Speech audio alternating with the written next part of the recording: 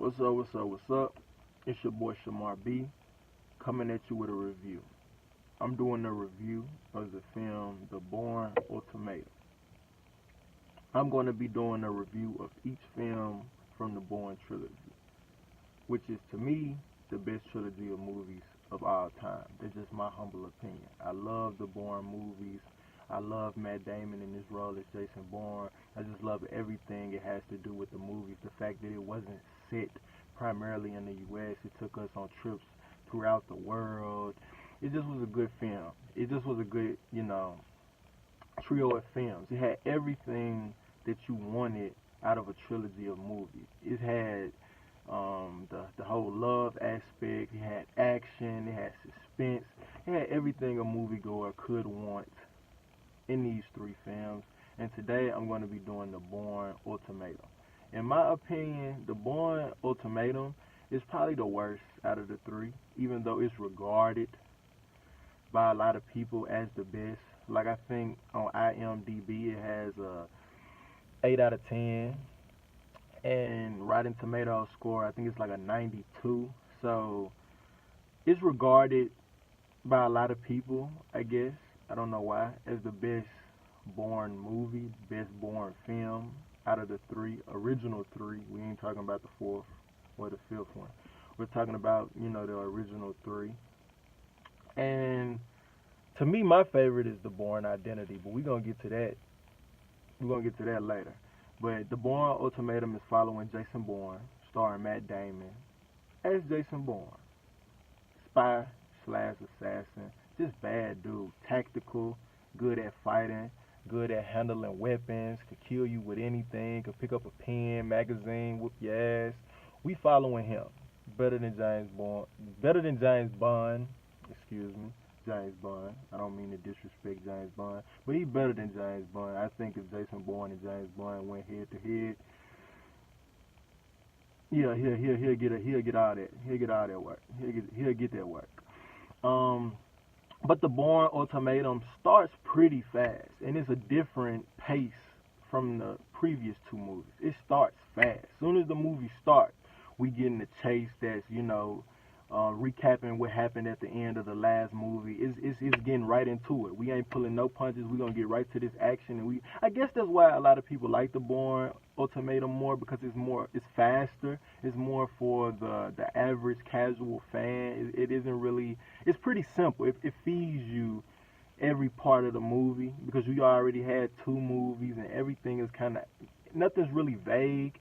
You don't really have to think too much. You can just go in and watch it and enjoy it, and it's that.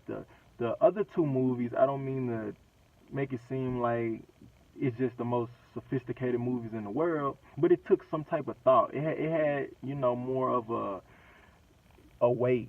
It didn't just give us everything. We had to wait a movie, then wait another movie to keep learning pieces and putting things piece by piece. The Bourne Ultimatum kind of put everything together until they reopened it in the fourth and fifth films, which they shouldn't have did, in my opinion. But like I say, the Bourne Ultimatum started fast. It was this reporter. He kind of dug up some shit he wasn't supposed to dig up. He talked to somebody within the CIA, and this CIA operative leaked to him very important classified information that he wasn't supposed to do. So now the CIA like, oh, so who is this dude that's talking about all this classified stuff? We finna go get him. But Jason Bourne at the same time is still trying to piece together all of his things. He in his full bag now. He's not trying to find out who he is anymore. He has a pretty good idea that he's an assassin. He's a damn good one. He's pretty aware of everything that he's able to do, unlike in the first movie. He kind of came more into it in the second movie, or towards the end of the first. But in this film, he knows exactly who he is as far as being an assassin and being a badass is concerned. So he's still trying to piece these things together. Man, he gets caught up into that whole, situation with the reporter and the covert CIA agent that for some reason leaked this information out to him about this special program, Blackbriar. In the first two films, it was Treadstone that was the big, operation of assassins that Jason was a part of. And Blackbriar, this supposed to be the best of the best, the cream of the crop. So Jason knows that this reporter has talked to somebody within the CIA that may know him and could give him more information about who he is. So he goes out and seeks out this reporter. It's one of the greatest scenes in the trilogy. The whole scene in Waterloo Station, amazing, directed perfectly. It's suspenseful. It keeps you on your toes the whole time. And this reporter gets killed. So now Jason, kind of like in the first two movies, every time he gets close to figuring out who he is, anytime he gets a really good lead, somebody dies or something happens to where he's back at square one. And in this film, he had to go back to square one. He had to, Pam Landy's still in this film.